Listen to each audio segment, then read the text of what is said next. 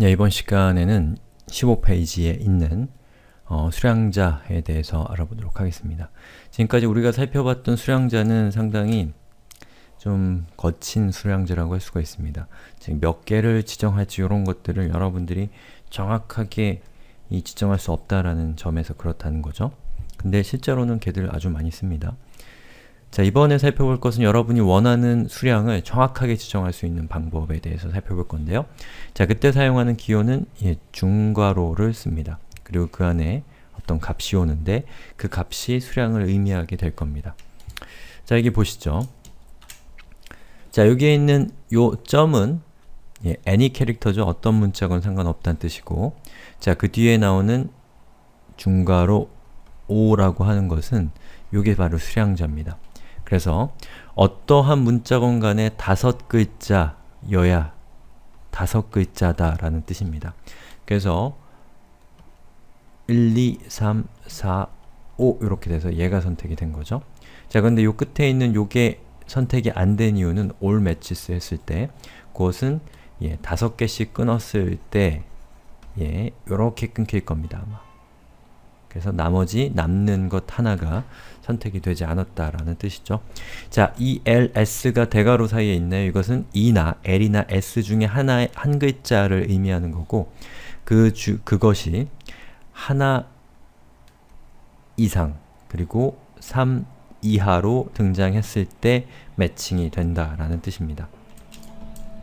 자, 여기 코드를 보면 자, 여기에 있는 E는 자, 이 중에 하나죠? 그리고 뭐 하나 이상 3개 이하이기 때문에 요것은 선택이 된 거고요. 자, 여기는 L 같은 경우는 역시 마찬가지로 3개 이하이기 때문에 선택이 됐죠. 그 다음에 ESS 같은 경우는 역시 마찬가지로 3개 이하이기 때문에 선택이 된 겁니다. 자, 그리고 만약에 똑같은 건데 이 앞에 부분은 뭐 굳이 설명드릴 필요가 없을 거고요. 자, 중괄호 앞에 숫자를 쓰고 콤마만 찍고 이렇게 하면 이건 문법적으로 문제가 있는 것이 아니고 이 뒤에 있는 수량을 열어놓은 겁니다. 다시 말해서 3 이상이라는 뜻이에요. 자, 여기 있는 걸 보면은 자, 이 첫 번째 부분이 선택이 되지 않은 이유는 얘가 대문자이기 때문에 그렇죠. 그 다음에 얘는 이 조건을 충족하기 때문에 선택이 됐고요. 2 같은 경우는 첫 번째 문자가 대문자는 아니지만 얘는 문자가 2개인데 얘는 3 이상을 요구하기 때문에 얘도 해당이 안 되는 거죠. 그 다음에 나머지 것들은 여러분들이 직접 하나씩 따져보시면 되겠죠. 자, 그 다음에 살펴볼 것은 우리가 지금 이 수량자 처음 했을 때 살펴봤던 것들 물음표 더하기 곱하기 라고 한 이것을 우리가 중괄호를 사용하는 수량자로 수량자로 똑같이 표현할 수 있다라는 것이 이번 수업의 이 목적입니다. 그걸 설명드리는 것이.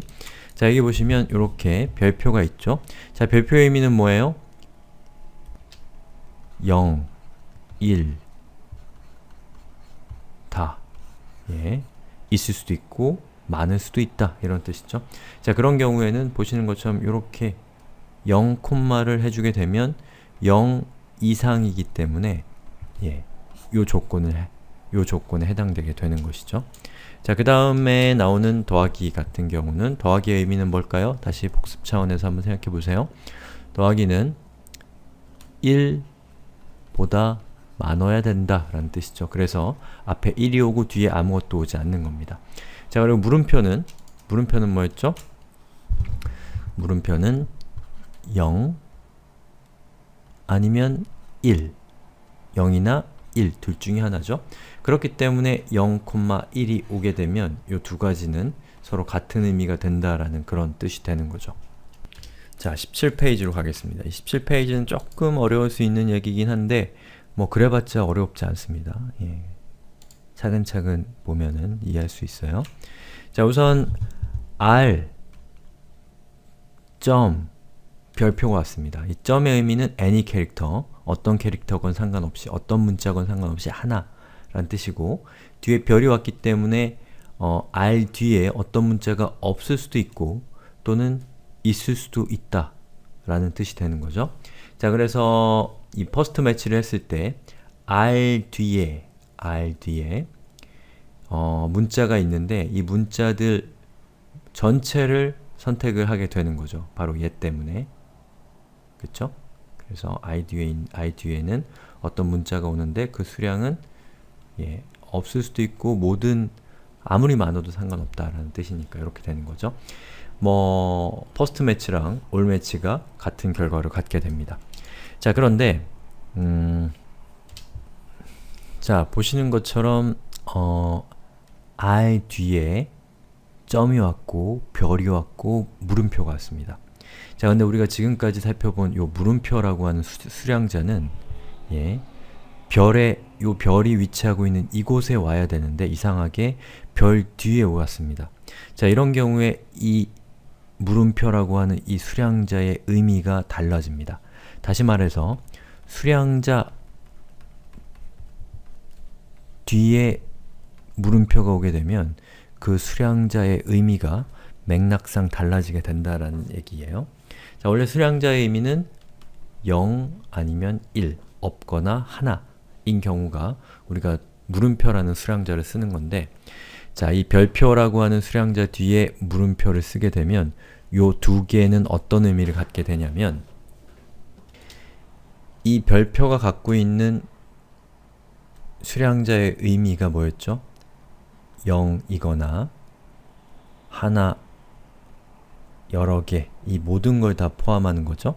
그 중에서 가장 적은 수량자에 해당되는 0의 의미를 갖게 됩니다. 물음표가 뒤에 붙게 되면.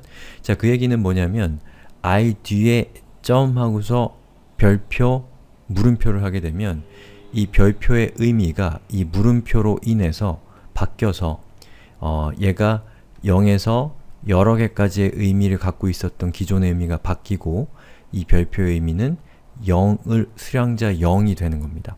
그렇기 때문에 I 뒤에 있는 요 anyCharacter라고 하는 이 점이라고 하는 기호는 사용되지 않게 됩니다. 자, 그 결과를 한번 살펴보면, 자, 보시는 것처럼 이 R이라고 하는 텍스트 뒤에 여기 이 점이 있는데도 불구하고, 자, 좀 지저분해서, 자, R이 있고 점이 있는데 그 점이라고 하면 하나의 글자일 건데 하나의 글자가 선택이 안 되고 R만이 선택이 된 것을 볼 수가 있습니다. 자, 조금 아리송하실 거예요. 자, 또 한번 다른 걸 한번 살펴보죠. 자, 예를 들어서 R 점 더하기 라고 하면 R 뒤에 어떤 문자가 오는데 그 문자의 수량은 반드시 하나 이상이어야 된다라는 뜻이죠. 여기 있는 이 더하기로 인해서.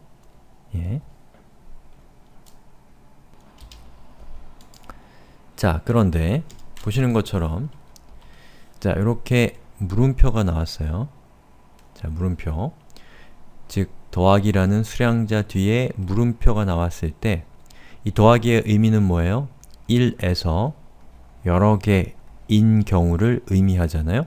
그 중에서 여기 있는 요 물음표라는 이 특수한 수량자가 붙게 되면, 자, 여기에 있는 다의 의미는 없어지고 1의 의미를 갖게 됩니다. 즉, 이렇게 되면 R, 더하기 물음표라고 하는 것은 R 뒤에 문자 하나만 오는 것이 문자 하나만을 선택하는 패턴이 되는 겁니다. 자, 그 결과가 이렇게 되는 것이죠. 자, 그 다음에 R.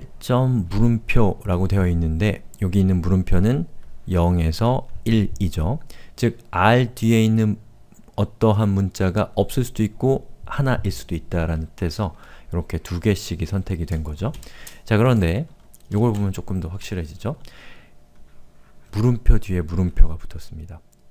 즉, 이 물음표가 갖고 있는 원래의 의미인 0에서 1이라는 의미에서 뒤에 물음표가 이렇게 붙게 되면 앞쪽에 있는 더 작은 선택자가 더 작은 수량이 선택되면서 여기 있는 점은 0개를 의미하고 그 얘기는 R만이 선택돼서 이렇게 된다는 것이죠. 자, 그러면 도대체 이 물음표라고 하는 요것, 수량자 뒤에 따라오는 이 물음표는 도대체 언제 쓰냐라는 궁금증이 생기시겠죠. 자, 여기 제가 보여드린 요것은 이 정규 표현식을 여러분들이 쉽게 작성할 수 있도록 도와주는 도구입니다. 이 주소로 들어가시면 여러분들도 직접 한번 체험해 보실 수가 있고요. 자, 여기에 정규 표현식의 패턴이 들어가고요. 여기에는 여러분이 작업하려고 하는 그 소스, 즉 텍스트가 들어갑니다. 만약에 여러분이 여기 div라고 하는 요 태그, 자, div라고 하는 요 태그를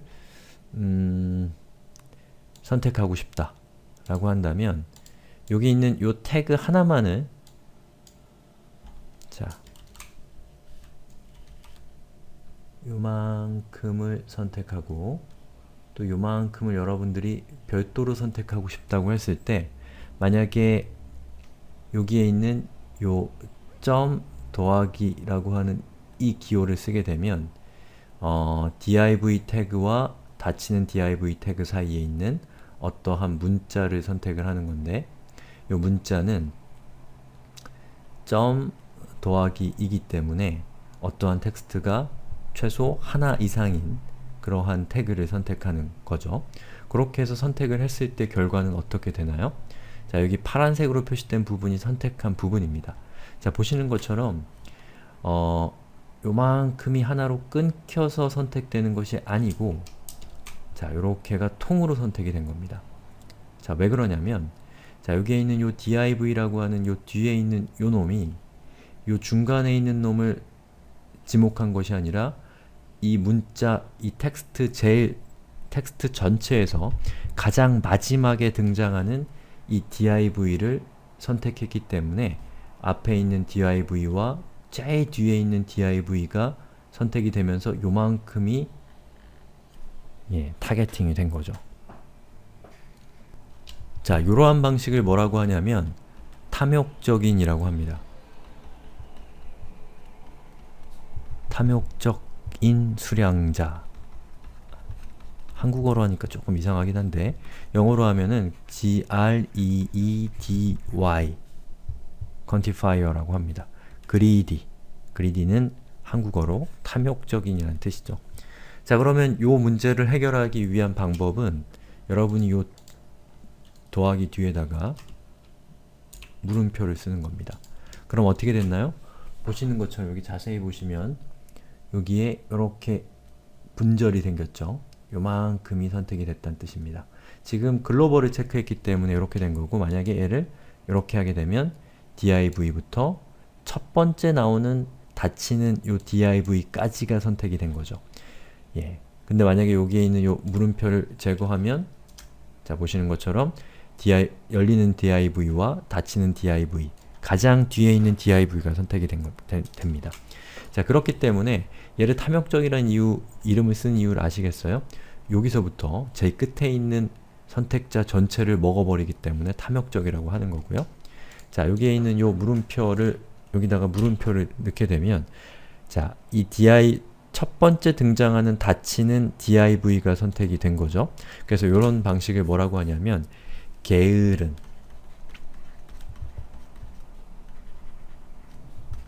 선택자라고 합니다. 영어로는 lazy quantifier라고 하겠죠. 뭐 블라블라블라. 쓰려니까 좀 귀찮네요. 자, 어떤 말인지 아시겠죠? 바로 요런 경우에 여러분이 게으른 선택자를 쓸 건지 아니면 탐욕스러운 선택자를 쓸 건지를 판단하셔야 된다라는 거죠.